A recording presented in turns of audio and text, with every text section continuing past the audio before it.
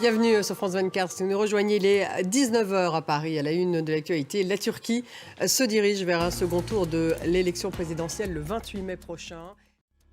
Dans 10 minutes, le débat consacré justement aux élections en Turquie. La Turquie qui se dirige vers un second tour en faveur d'Erdogan. Erdogan qui a donc beaucoup mieux résisté que prévu. Y a-t-il encore un espoir pour son rival Kemal Kılıçdaroğlu? C'est la question que nous poserons en tout cas à nos invités. 19h10.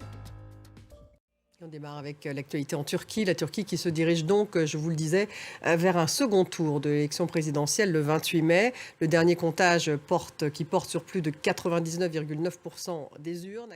L'issue du second tour de la présidentielle dépendra aussi d'un troisième homme, Sinan Oğan. Il a recueilli un peu plus de 5% des voix au premier tour. C'est un hyper-nationaliste.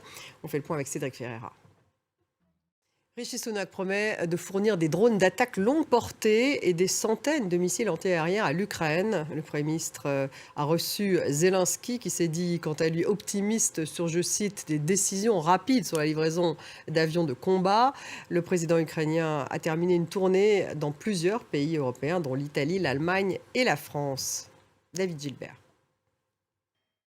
Evgeny Prigojine a qualifié de risibles les informations selon lesquelles le patron du groupe Wagner aurait proposé des informations sur les positions des troupes russes au service de renseignement ukrainien. C'est en tout cas ce que dit le Washington Post. Selon le quotidien américain, Prigojine aurait proposé de fournir de telles informations en échange d'un retrait des forces de Kiev de Bakhmout.